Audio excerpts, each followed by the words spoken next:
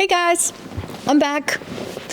We're about to get started on semester 2 at Artist Springboard next week, and I always like to check in with our community at the start of a semester about what they've been up to, where they're at, and their goals. And one of our students said she wants to create more of a feeling of an artist community where she lives. And I'm very much on the same page in that I'm also trying to create more of an in-person community vibe among the artists I know locally where I live. So I thought I would take the opportunity to dissect how you even get started building a community. And this can apply to anything from building your fan base for your music, building a local community with peers, or whatever else is at the top of your mind. I've always been a community builder. Even when I was in my teens, I just kind of took on this role of being the one connecting a group. So I've been reflecting on the elements that I've been acting out that led to community forming. So there's 2 key elements I realized I tend to set up that then allow for a community to emerge. And those elements are the what and the where. The what describes the shared identity your community members embody. I mean, this element is quite obvious, but here's some examples. So our Artist Springboard community connects around the journey of being an independent artist who writes, records, and releases their music from home and everything that goes into that journey.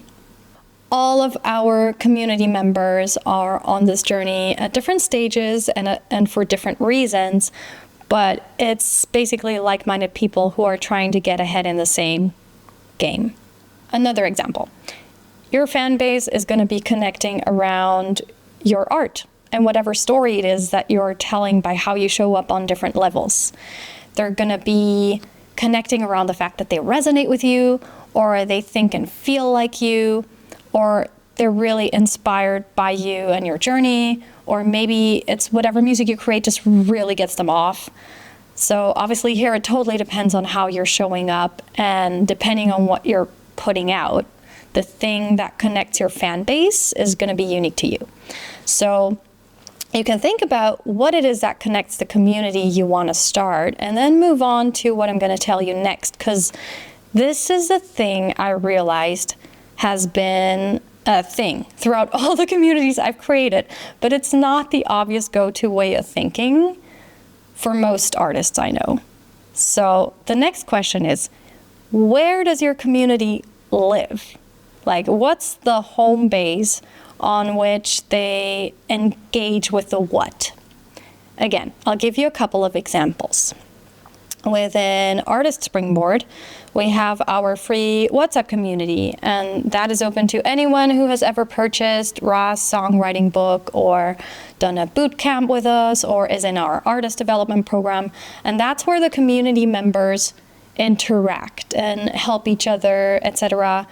They know if they need support, if they have a question, they go to WhatsApp and write a message and they'll get a response. Yeah. So the WhatsApp community is the home base where the nurturing of the community happens. Now, for an artist project, it can be really scattered. Often I see artists not really knowing what their space is that they're offering to their fans, because that space could be so many different things. Like, it could be your live shows, your social media accounts, a newsletter, a Patreon, streaming platforms, you know. And of course, it could be a combination of all of those things. But from a business perspective, I want to give you a couple of things to consider.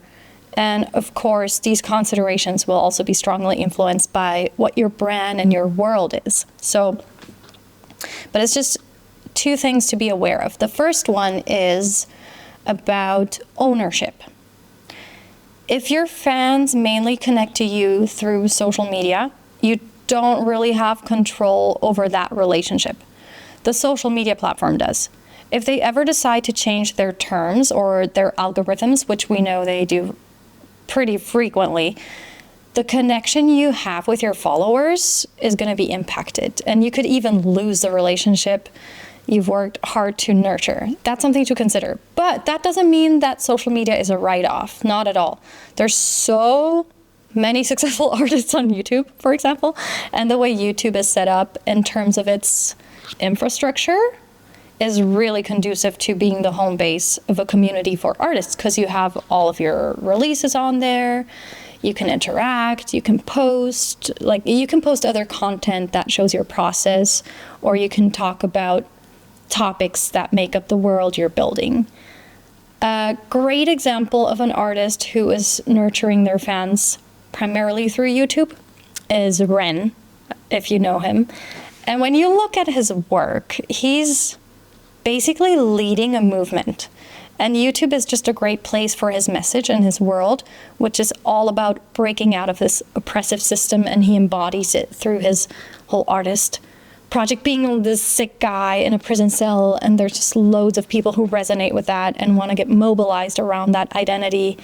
So in his case, like, he wants his home base to be open to anyone. He's like politically mobilizing people.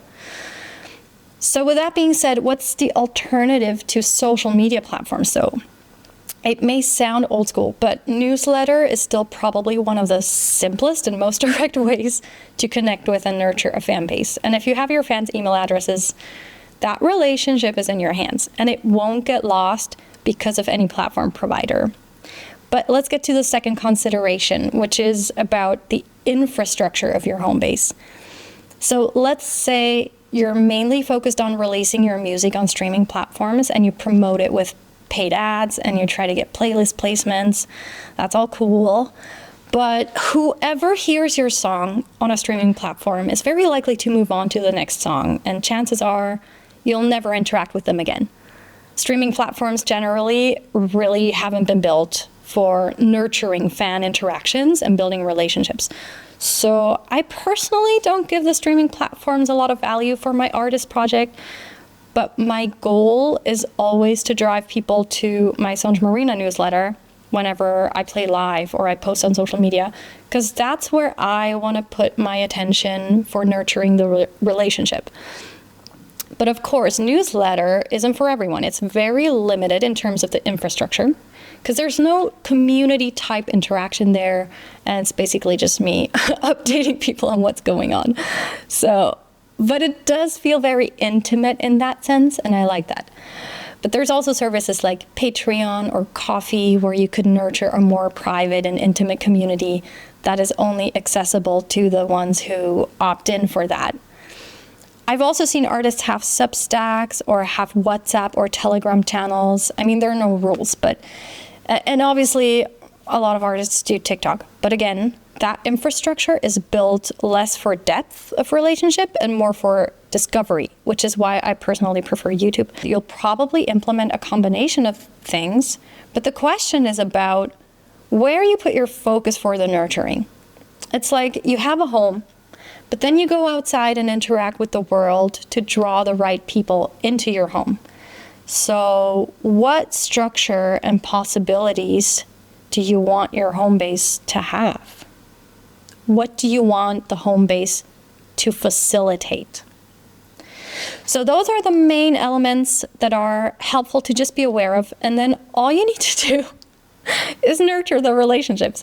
And what that looks like obviously depends on the type of community. So if I want to start a local community here, I could, for example, host an open mic in my living room for singer-songwriters once a month. And simply implementing that and showing up for it on a regular basis would be nurturing, and it could grow over time. For my Sonj Marina fans, it's me actually releasing something every month. And I'll give my insiders peeks into my process and let them into my personal world more deeply. But it could also be something like playing live on a regular basis and interacting with humans in a very unique way during my concerts. Kind of like Jacob Collier has his audience choir, and it's his very unique way of intensifying this feeling of unity when he plays live, and it fortifies his community. It could also be to just implement your songwriting practice without even releasing anything, but just allowing people to see your process. The question is, How do you want to build the engagement, and what do you enjoy doing? What fits your world and the type of community that you're envisioning? Because whatever it is, you're going to have to do it regularly. All right. That was it. And I really hope this was helpful. Let me know in the comments, and yeah, let me know what you took away from this. And I'm very excited to see you again next week.